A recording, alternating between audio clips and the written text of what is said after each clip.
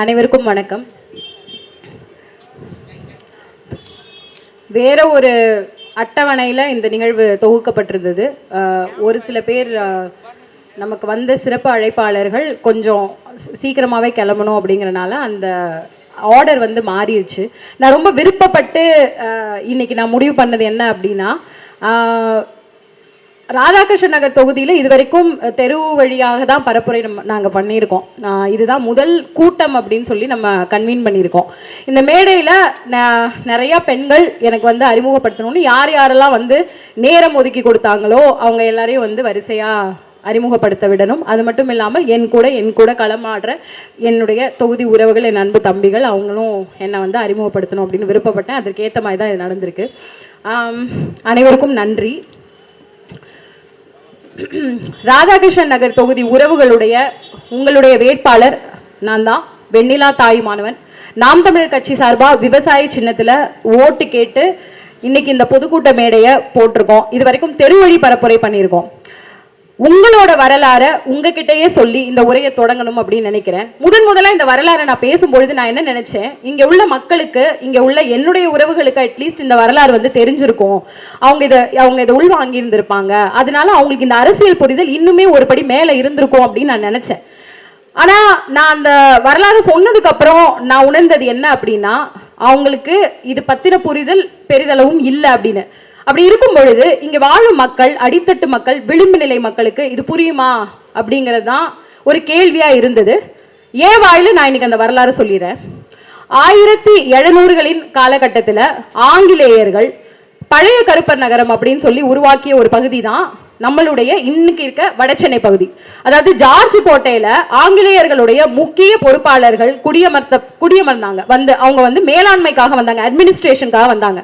அப்ப என்ன பண்ணாங்க, அவங்களுக்கு சேவகம் செய்யணும் அப்படின்னு நினைக்கிற அடிமைகளை தமிழ்நாட்டோட பல்வேறு பகுதியிலிருந்து தேர்ந்தெடுத்து என்ன பண்ணாங்க, ஒரு பகுதியை ஒதுக்குனாங்க. அதாவது எப்படின்னா, ஜார்ஜ் கோட்டையை சுத்தி ஒரு அகழி கட்டிக்கிட்டாங்க. அகழி எதுக்கு கட்டுவாங்க, நமக்கு வந்து கொலை பண்றவங்க வந்து நம்மளோட வீடுகளுக்குள்ள வந்துடக்கூடாது, இல்ல மிருகங்கள் இப்ப காட்டு பகுதிகள் இல்ல வேற மாதிரி பகுதிகளில் இருக்கும் பொழுது மிருகங்கள் வந்து வந்துடக்கூடாது, இந்த மாதிரியான இடங்கள்ல தங்களை தற்காத்துக் கொள்வதற்காக அகழிகள் கட்டுவாங்க. இந்த ஜார்ஜ் கோட்டையை சுத்தி ஒரு அகழி மாதிரி கட்டி அதற்கு வலப்புறம் இருக்க பகுதியில வந்துட்டு தமிழ்நாட்டிலிருந்து தேர்ந்தெடுக்கப்பட்ட சமூகங்கள்ல இருந்து, அதாவது தொழில் சார்ந்த சமூகங்கள் நான் சொல்றது, குயவர்கள், படகோட்டிகள், வண்ணார்கள், பறையர்கள், கல் இறக்குபவர்கள், நெசவாளர்கள், ஏன் அந்த ஜார்ஜ் கோட்டையில் இருக்கும் அட்மினிஸ்ட்ரேட்டர் ஆட்சியாளர்களுக்கு ஆடல் பாடல் கலை நிகழ்ச்சிகளை தொகுத்து வழங்கும் பெண்கள் உட்பட நிறைய பேரை தேர்ந்தெடுத்து கொண்டு வந்து சின்ன சின்ன சின்ன சின்ன சந்து, சின்ன தெருக்கள், குறுகிய தெருக்களுக்குள்ள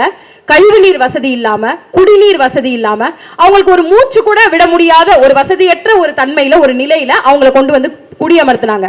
ஏன் அப்படி குடியமர்த்துவாங்கன்னா, அந்த மக்களுக்கு எல்லா வசதியும் கொடுத்தெல்லாம் வச்சிடக்கூடாது. அப்ப அவங்க அடிமையா இருக்க மாட்டாங்க. அவங்க என்ன பண்ணிடுவாங்க, மேம்பட்டுருவாங்க. அவங்களுக்கு தன்னைத்தானே மிகைப்படுத்தி கொண்டு வாழ்வதற்கான ஒரு சூழலை ஏற்படுத்தி கொடுத்துட்டா அவங்களால நல்லா வந்து நல்ல வாழ்க்கை, இந்த ஆட்சியாளரை நம்பின ஒரு வாழ்க்கை வராது.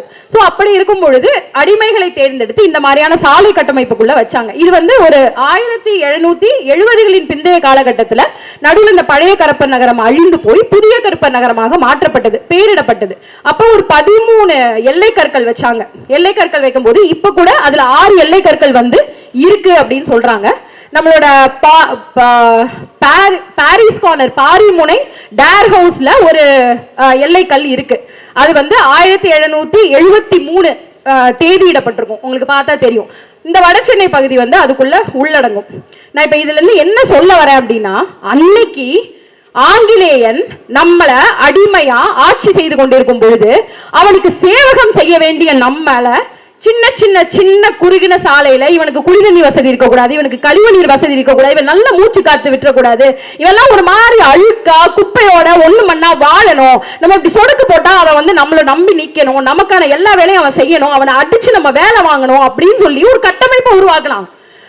சுதந்திரம் பெற்ற இந்தியால இத்தனை வருஷம் கழிச்சு 80 ஆண்டு சுதந்திரம், 60 ஆண்டு ஆட்சி, இங்க வந்து 1977 உங்களோட ஃபர்ஸ்ட் எம்எல்ஏ 1977 நீங்க பெற்றிருக்கீங்க.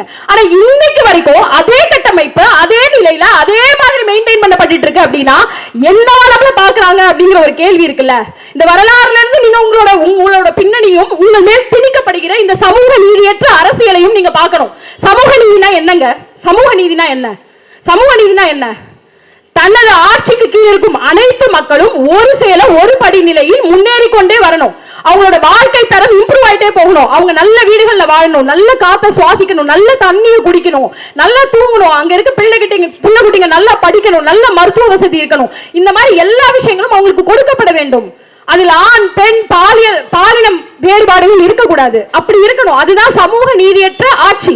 ஆனா சமூக நீதினு ஏற்றில் நீங்க சொல்றத என் வாழ்க்கைக்குள்ள நான் புகுத்த மாட்டேன் அப்படிங்கிறது எவ்வளவு பெரிய கேடு என்பதை இந்த மக்கள் புரிஞ்சுக்கணும். அதுல ரொம்ப சிக்கலான ஒரு விஷயம் என்ன தெரியுமா? சென்னை மாநகராட்சியில் வட சென்னை, தென் சென்னை, மத்திய சென்னை நீங்க பிரிச்சீங்கன்னா தென் சென்னை மத்திய சென்னை பகுதியில் வாழ்கிற மக்களுடைய வாழ்க்கை வேற மாதிரி இருக்கும். வட சென்னையில வாழ்ற மக்களோட வாழ்க்கை வேற மாதிரி இருக்கும். ஆனா அதுல பியூட்டி என்ன தெரியுமா? இந்த மண்ணுடைய பூர்வகுடி வட சென்னையில் இருக்கிறார்கள். இந்த மண்ணுடைய பூர்வகுடி இந்த மண்ணு இங்க இருக்காங்கல்ல. இப்ப நான் சொன்னேன்ல இந்த மாதிரி வாழ்ந்துட்டு இருக்கோம் அப்படின்னு சொல்லி, நம்ம தான் பூர்வகுடி. ஆனா தென் சென்னை மத்திய சென்னை பகுதிகளில் போனீங்கன்னா உங்களுக்கு இங்க இருக்க அவ்வளவு நிலை அவங்களுக்கு இருக்காது. நீங்க இங்க சாதாரணமா இதான் நம்ம வாழ்க்கை நினைச்சிட்டு இருக்கீங்களா, அந்த வாழ்க்கை அங்க இருக்காதுங்க. அததான் உங்ககிட்ட பிள்ளைங்க நாங்க சொல்றோம், புரிய வைக்கணும்னு முயற்சி பண்றோம். தொடர்ந்து என்னோட உறவுகள் எல்லாரும் ஒவ்வொருத்தரும் பேசும் பொழுது இந்த துண்டறிக்கை எடுத்துட்டு காமிச்சாங்க 4 பக்கம் அப்படின்னு சொல்லி. முத அடிக்கும் போது எல்லாரும் என்ன சொன்னாங்கன்னா, ரொம்ப நிறைய இருக்கு, யாராவது படிப்பாங்களா, இதை படிக்கிற அளவுக்கு நம்ம மக்களுக்கு பொறுமை இருக்கா அப்படின்னு சொல்லிட்டு.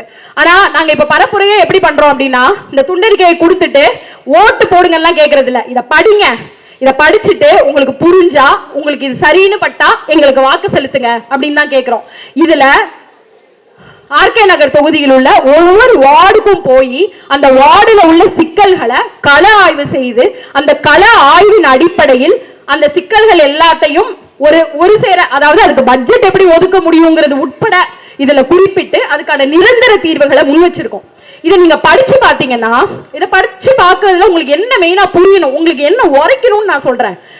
அதாவது 1977ல இருந்து உங்களை ஆட்சி புரிஞ்சுட்டே இருப்பாங்கல்ல, அதிமுக கோட்டை, திமுக இப்ப வந்துட்டாங்க.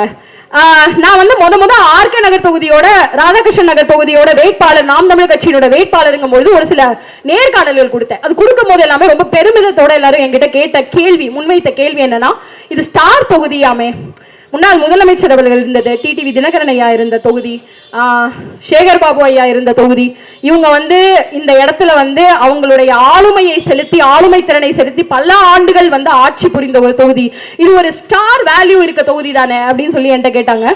எனக்கு அது ரொம்ப நகைப்புக்குரிய ஒரு விஷயமா இருந்தது. ஏன் அப்படின்னா, இந்த தொகுதி என்னன்னு தெரியாம நான் இங்க நிக்கல. இந்த தொகுதியில 5 வருஷம் நான் களமாடி இருக்கேன். இந்த 5 வருஷம் களமாடுதுல இந்த தொகுதியை ஒரு ஸ்டார் தொகுதியா நான் ஒரு நாளும் பார்த்தது கிடையாது. நான் பார்த்தது ஒண்ணு மட்டும்தான், இந்த மக்களுக்கு ஒரு விடுதலை வேணும், இந்த மக்களுக்கு சுவாசிக்க தூய காத்து வேணும், இந்த மக்கள் போடுற குப்பைய அள்ளுறதுக்கு ஆள் வேணும், இங்க உள்ள பிள்ளைங்க நல்லா படிக்கணும், இங்க போதை, குடி தண்ணீர், ரவுடிசம், இங்க இருக்க இந்த வாழ்க்கையை களைய வேண்டும், இங்க இருக்க விளிம்பு நிலை மக்கள் தென் சென்னை மத்திய சென்னை பகுதியில் நல்லா வாழ்ந்துட்டு இருக்க மக்களை போல் வாழ வேண்டும். 5 வருஷத்துல எனக்கு இந்த உணர்வு மாறவே கிடையாதுங்க. என்னங்க ஸ்டார் தொகுதி? என்ன ஸ்டார் தொகுதி?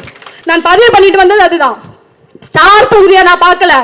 இந்த தொகுதிக்கு என்னுடைய அர்ப்பணிப்பை, என்னுடைய சேவையை நான் வழங்க வேண்டும். என்னை விட்டால் இந்த தொகுதிக்கு சரியான ஒரு வேட்பாளர் அமைய வாய்ப்பில்லை. அதனால் இந்த வாய்ப்பை பற்றி கொண்டு வந்திருக்கிறேன் அப்படிங்கிறத நான் இங்க பதிய வைக்கிறேன். இதை நான் கர்வத்தோட பதிய வைக்கிறேன். உங்களுக்கு வேலை பார்க்க தான் நான் வந்திருக்கேன். என்னை விட்டீங்கன்னா ரொம்ப சிரமம். நான் இவ்வளவு நேரம் உங்ககிட்ட நான் புரிய வைக்க முயற்சி பண்ணது என்னன்னா, எத்தனையோ ஆட்சியாளர்கள் மாத்தி அவங்க கையில நீங்க கொடுத்துட்டே இருந்தீங்க. அவங்க கையில ஆட்சி அதிகாரத்தை கொடுத்தீங்க, உங்க வாழ்க்கையை கொடுத்தீங்க. இங்க தெருவில் நடந்து போகும்போது ஒவ்வொரு முறையும் பாக்குறோம் எவ்வளவு சிக்கல்கள் சொல்லிட்டே இருக்காங்க. இது பட்டா, ஏன் வீட்டு மன பட்டா உங்களுக்கு கொடுக்கறதுல என்ன பிரச்சனை நான் சொல்றேன்.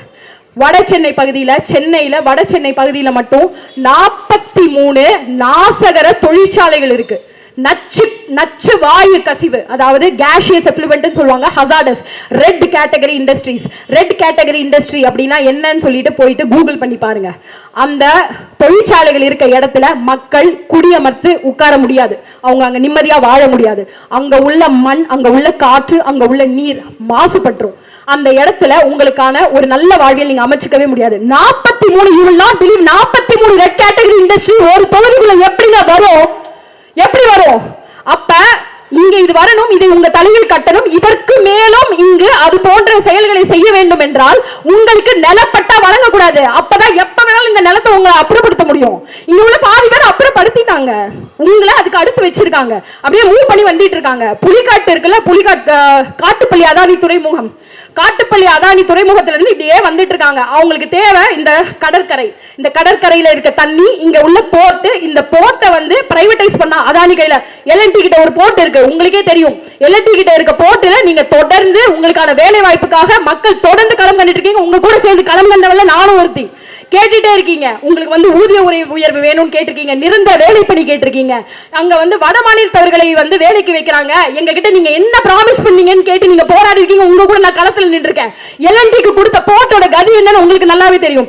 அடுத்து அதானி காட்டுப்பள்ளி துறைமுக விரிவாக்கம், அதை விரிவாக்கம் பண்ணானா அது வெளியே எல்லாத்தையும் உள்ள கொண்டு வருவான். அந்த அதானி காட்டுப்பள்ளி துறைமுக விரிவாக்கம் அந்த திட்டம் இன்று கிடப்பில் கிடப்பதற்கு நாம் தமிழர் கட்சியும் அண்ணன் சீமான் அவர்களும் நாம் தமிழர் கட்சியின் சுற்றுச்சூழல் பாசறையும் ஒரு பெரிய பொறுப்பு வகிச்சிருக்கு. இதை இந்த இடத்துல நான் பதிவு பண்ணிக்கிறேன். இந்த களம் எனக்கு புதுசு இல்ல. 5 வருஷமா இங்க என்ன நடக்குது மூல முடுக்க என்னால சொல்ல முடியும்.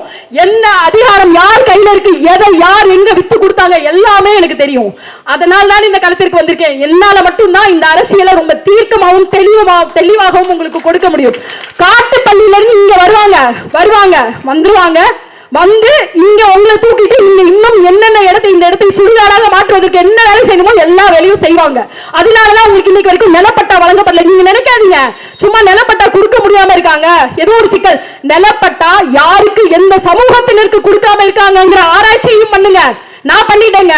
பட்டியலின மக்கள் என் 4 தமிழ் சொந்தங்களுக்கு தான் நிலப்பட்டா கொடுக்காம இருக்கு பெரிய அளவுல. ஏன் ஏன் ஏன் கேள்வி கேளுங்க, என்னன்னு கேளுங்க. ஓட்டு கேட்டு வருவாங்கல்ல, அதிமுக கோட்டை சரி, அதிமுக எதுவுமே பண்ணல அப்படிங்கும் போது நீங்க எந்த கேள்வியும் கேட்கல. திமுக ஒரு இத்தனை ஆண்டு காலம் கொடுத்திருக்கீங்க.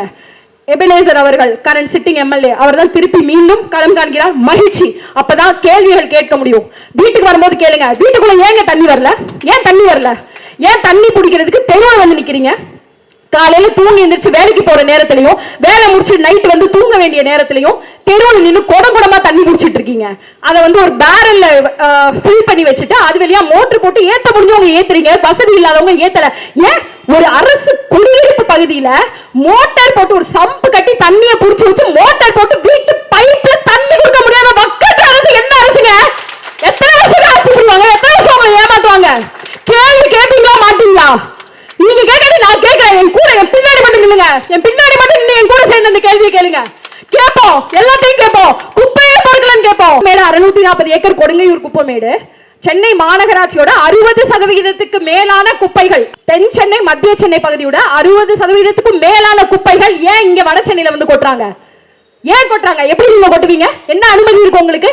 எப்படி அந்த இடம் வந்து மாடு மேயிற புல்வெளியாக இருந்த ஒரு இடம், அதாவது உழவு வேளாண்மை பார்த்து கொண்டிருந்த என் மக்கள் மாடுகளை மேய விட்டு கொண்டிருந்த ஒரு பசுமை நிறைந்த ஒரு இடம். அது பக்கத்துல அத்தனை கால்வாய் ஓடிட்டு இருக்கு. நல்ல தண்ணி கால்வாய் ஓடுது. நல்ல தண்ணியா இப்ப ஓடுது, நல்ல தண்ணி கால்வாயா ஓடுது. சென்னையில 37 சிறு பெரு கால்வாய்கள் இருக்கு, நன்னீர் கால்வாய் இருக்கு. அந்த நன்னீர் கால்வாய்களும் இங்க இருக்க நன்னீர் நீர்த்தேக்கங்களையும் நீங்க சுத்தம் பண்ணி அந்த பள்ளிக்கரணை ஏரி, பள்ளிக்கரண சதுப்பு நில பகுதி இருக்குல்ல, பள்ளிக்கரண சதுப்பு நில பகுதி, அந்த பரந்தூர் வெட்லாண்ட் இருக்குல்ல, பரந்தூர் வெட்லாண்ட், முட்டுக்காடோட மேங்க்ரூவ் ஃபாரஸ்ட், இங்க இருக்கல எண்ணூரோட மேங்க்ரூவ் ஃபாரஸ்ட், இங்க இருக்கல 3 ஆறுகள் வந்து கலந்திருக்கிற கழிமுக பகுதி, இந்த பகுதி எல்லாத்தையும் சுத்தம் பண்ணி ஆழப்படுத்தி அதை அதற்கான தகுதி வாய்ந்த நிலையில் நீங்க நிறுத்தினாலே இந்த சென்னை மாநகரத்துக்கு வெள்ளக்கேடும் இருக்காது, குடித நீர் பற்றாக்குறையும் இருக்காது. கழிவு மேலாண்மை சிக்கலும் அகற்றப்படும். குடிதண்ணீர் சிக்கலும் கழிவு மேலாண்மை சிக்கலும் ரெண்டும் தனித்தனி இல்லைங்க. இந்த கொடுங்கையூர் குப்பைமேடு இருக்குல்ல, அங்க வந்து ஏற்கனவே ஒரு சின்ன இன்சினரேட்டர் ஃபங்க்ஷன் ஆயிட்டு இருக்கு. இப்ப இன்னொரு இன்சினரேட்டருக்கான கமிஷனிங் நடந்துகிட்டு இருக்கு. இத இந்த மக்கள் வேணான்னு கேட்டுட்டு இருக்காங்க. என்ன அவசியத்துக்கு எடுத்துட்டு வரீங்க? சரி, இங்க எடுத்துட்டு வரீங்களே, பெருங்குடி குப்பை டம்ப்ல மட்டும் உங்களால எப்படி அந்த அங்க இருக்க குப்பை மேடை அகற்ற முடிந்தது ஓரளவுக்கு? அந்த 2வது குப்பை மேடு வந்து பயோமைனிங் டெக்னாலஜில அகற்றி அங்க பசுமை பூங்கா கொண்டு வரதுக்கான செயல் திட்டங்களை நீங்க ஆரம்பிச்சிருக்கீங்க. ஆனா வட சென்னை மக்களுக்கு குப்பை எரிவுலையை கொண்டு வரீங்க. அந்த குப்பை எரிவுலையில இருந்து வர்ற காத்து அவங்க சுவாசிச்சாங்கன்னா அவங்க நினைக்க முடியாத உடல் கோளாறுகளை அவர்களுக்கு உருவாக்கும். மெயினா வளர்ந்து வர்ற குழந்தைங்க இருக்காங்கல்ல, வளர்ந்து வர்ற குழந்தைங்களோட அந்த மூச்சு குழாய், அவங்க மூச்சு விடுற அந்த நாசி காத்து, அவங்க குடிக்கிற அந்த மண்ணில இருந்து வர்ற அந்த தண்ணி எல்லாமே பர்டிகுலேட் பொல்யூஷன் சொல்லுவாங்க. அதாவது துகள்கள். அண்ணன் சீமான் சூப்பரா சொல்லுவாங்க, நீங்க சுவாசிக்கிறது காத்து இல்ல கந்தக துகள் அப்படின்னு. அந்த கந்தக துகள்கள் இதெல்லாம் அந்த பிள்ளைங்க மூச்சு விட்டு வளருங்க. அந்த குப்பைமேட்டு பக்கத்துல இருக்க வாழ்ற குழந்தைங்க எல்லாம் என்ன நினைச்சிட்டு இருக்கீங்க? எதை வச்சு நீங்க இங்க எடுத்துட்டு வரீங்க? அந்த மக்களுக்கு தெரியுது. நான் போனேன், போராட்ட குழு கிட்ட பேசினேன், அங்க சுத்தி வாழ்ற மக்கள் கிட்ட பேச, எங்களுக்கு தெரியுமா இங்க வருது, நாங்க போராட்டம் நடத்திட்டு இருக்கோம் அப்படின்னு சொன்னாங்க. ஆனா அவங்களுக்கு எப்படி அதை களைகிறதுன்னு தெரியல. ஆனா எங்களுக்கு தெரியும் எப்படி களைகிறதுன்னு தெரியல. இருக்க ஆட்சியாளர்கள்கிட்டயே திரும்பி திரும்பி திரும்பி ஆட்சி அதிகாரத்தை கொடுத்து அவங்க இதை களைவாங்க அப்படிங்கிற ஒரு கனவுல இருக்காங்க. நான் சொல்றேன், எங்களுக்கு தெரியும் அந்த குப்பை மேடை படிப்படியாக எப்படி முழுமுதலாக அகற்றி மீண்டும் அந்த இடத்துல புல்லு தரையை முளைக்க வைக்க முடியும்னு எங்களுக்கு தெரியும். எங்களுக்கு 10 வருஷம் ஒரு 15 வருஷம் கொடுங்க. நான் 5 வருஷத்துல பண்ண முடியும்னு கேட்க மாட்டேன், அது நடக்காது. ஆனா எனக்கு 10 வருஷம் வேணும், 10 வருஷம் வேணும். ஒரு புல்லு வளர்த்து காமிச்சிடுறேன், நான் வளர்த்து காமிக்கிறேன். நான் சொல்றேன், அந்த இடத்துல இருக்க குப்பை மேட்டுல உள்ள வர்ற குப்பைய வரவிடாம தடுக்கணும். அடுத்து இருக்கிற குப்பை மேடை பயோ மைனிங் என்று சொல்லப்படுகிற அந்த தொழில்நுட்பத்தை கொண்டு அகற்றுவோம். அதற்கு அப்புறம் குப்பை மேலாண்மையை டீசென்ட்ரலைஸ் பண்ணுவோம். அதாவது ஒவ்வொரு வார்டுக்கும் தனித்தனியாக குப்பை மேலாண்மை இருக்கும். குப்பை மேடு அப்படிங்கிற கான்செப்டே ஒண்ணு கிடையாது. ஒரு இடத்துல போயிட்டு குப்பையை நீங்க பதுக்கி வச்சீங்க, மலை கட்டி வச்சீங்க அப்படிங்கிற அந்த கான்செப்டே இருக்காது. அந்த கான்செப்டே முற்று முதல்வா களையப்படும். இப்படிதான் டெவலப் கண்ட்ரிஸ் குப்பையை கையாளுது. அதுக்கு என்ன பண்ணணும்னா, வீட்டில இருந்து, கடைகள்ல இருந்து, ஹோட்டல்ல இருந்து, ஆஸ்பத்திரிகள்ல இருந்து குப்பைகளை வாங்கும் பொழுதே தரம் பிரித்து வாங்க வேண்டும். தரம் பிரித்து அதற்கு தேவையான இடங்களுக்கு அவற்றை நாம் அனுப்பி வைக்க வேண்டும். சோ குப்பைய எங்கேயுமே நீங்க பண்ண தேவையில்லை. இப்ப ஆல்ரெடி இருக்க எக்ஸிஸ்டிங் குப்பையிலேயே 67% மக்கும் தன்மை கொண்ட குப்பை. அதை நீங்க உரமா மாத்த முடியும். உரமா மாத்தினீங்கன்னா விளைச்சலுக்கு போட்டுடலாம். விளைச்சலுக்கு போட்டா ஃபர்டிலைசரும் பெஸ்டிசைடும் போட்டு ஃபுல்லா நச்சுத்தன்மை கொண்ட வேளாண் நிலங்களாக மாறி நிக்கிற நிலத்தை பச்சை பசேல்னு விளைநில என்ன சொல்றது வளம் நிறைந்த மண்ணாக மாற்ற முடியும். எல்லாமே யூ நோ வாட், டெவலப்ட் கண்ட்ரீஸ்ல குப்பை இருக்குல்ல, குப்பை they call it liquid gold, like the next gold ன்னு சொல்லுவாங்க. liquid gold இல்ல, sorry, they call it the next gold. தங்க மாதிரி குப்பையை நீங்க பிரிச்சீங்கன்னா அதை பல வகையா நீங்க பயன்படுத்த முடியும். மக்கற குப்பையை ஒரு விஷயத்துக்கு பயன்படுத்த முடியும், மக்காத குப்பையை தரம் பிரித்து மீண்டும் பயன்படுத்த முடியும். அந்த இடத்துல நீங்க காசு மிச்சப்படுத்த முடியும். அது சார்ந்த தொழிற்சாலைகளை நீங்க உருவாக்க முடியும். அந்த தொழிற்சாலைகளுக்கு பல பேருக்கு வேலை கொடுக்க முடியும். கொடுங்கைக்குள்ள மோர் தென் 2000 குடும்பங்களே அந்த ஏரியால இருக்குன்னு சொல்றாங்க. அவங்களோட நிலைமை எப்படிங்க இருக்கும்? கொஞ்சமாவது யோசிச்சு பாத்தீங்களா? நான் என்ன கேட்கிறேன், இவ்வளவு சிக்கல் இருக்குல்ல, இந்த சிக்கல்லாம் நான் உங்களுக்கு புதுசா சொல்லல, எனக்கு அது மட்டும் நல்லாவே தெரியும். ஏன்னா வட சென்னை மக்கள் உங்களுக்கான சிக்கல்கள் என்னன்னு ரொம்பவே நல்லா தெரிஞ்சவங்க. உங்க கூட பல விஷயத்துல நான் களத்தில் நின்று இருக்கேன்.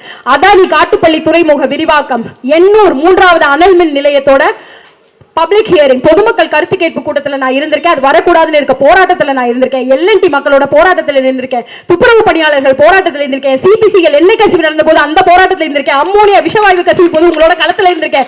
உங்களுக்கான மருத்துவ முகாம் 3 நாள் தொடர்ந்து உங்க கூட இருந்து நான் நடத்திருக்கேன். நான் பல வருஷம் உங்க கூட களத்தில் இருந்திருக்கேன். உங்களுக்கு எதுவும் தெரியாதுன்னு கிடையாது.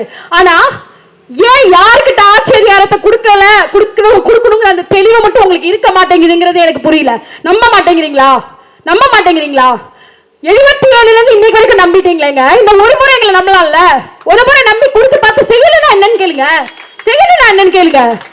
டாஸ்மாக்ல இருந்து இப்ப கஞ்சாக்கு வந்து நிக்குது இல்ல, டாஸ்மாக்ல இருந்து கஞ்சாக்கு வந்து நிக்குதா இல்லையா? டாஸ்மாக் ஒருத்தவங்க இழுத்து மூடுவோம்னு கேட்கிறோம்ல, எங்க கிட்ட கொடுக்கலாம்ல. நான் ஒரு பொம்பளை பிள்ளை சும்மா சொல்லிடுவேனா? எனக்கு தெரியாதா? டாஸ்மாக் வன்முறையால யார் பெரிதளவு பாதிக்கப்படுவாங்க? வீட்டுல இருக்க பெண்கள், வீட்டுல இருக்க குழந்தைகள். எத்தனை குழந்தைகளுக்கு பள்ளி படிப்பு நிறுத்தப்படுது தெரியுமா? டாஸ்மாக் அவர்களுடைய பெற்றோர்கள் தண்ணீர் அடித்து அவங்க இந்த மாதிரி அவங்க வேலையை விட்டுட்டு இருப்பதனால் எத்தனை குழந்தைகள், அதாவது 10 குடும்பங்களுக்கு ஒரு குழந்தை பள்ளி படிப்பை நிறுத்துது. 50% குடும்ப வன்முறைன்னு காவல்துறையில காவல் நிலையத்துல போய் கொடுக்கப்படுகிற புகார்ல 50% குடும்ப வன்முறை குடி நோயாளிகளால் பெண்கள் மீது கட்டவிழ்க்கப்படுகிறது.